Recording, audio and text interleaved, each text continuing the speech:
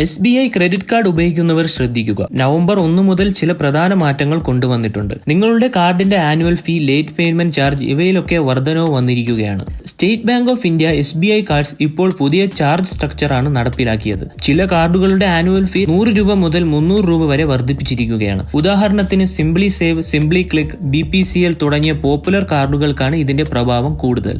അതുമാത്രമല്ല, late payment ചാർജസും വർദ്ധിച്ചിട്ടുണ്ട്. ഇപ്പോൾ 500 രൂപ വരെ ഔട്ട്സ്റ്റാൻഡിംഗ് ഉള്ളവർക്ക് സീറോ ചാർജ് ആണെങ്കിലും 500 രൂപ തൊട്ട് 1000 റേഞ്ച് ഉള്ളവർക്ക് 100 രൂപ വരെ ചാർജ് ആയേക്കാം. 10,000 മുകളിലുള്ള ഡിലേകൾക്ക് 1300 രൂപ വരെ ചാർജ് വരാം. ഇതൊക്കെ നവംബർ 1, 2025 മുതൽ പ്രാബല്യത്തിൽ വന്നതാണ്. അതിനാൽ നിങ്ങളുടെ മന്ത്ലി സ്റ്റേറ്റ്മെന്റ് പ്രത്യേകം വായിക്കുക. കാർഡ് ഉപയോഗിക്കുമ്പോൾ ഡ്യൂ ഡേറ്റ് മിസ് ചെയ്യാതിരിക്കുക, അല്ലെങ്കിൽ അൺനെസസറി ചാർജ് അടയ്ക്കേണ്ടി വരും.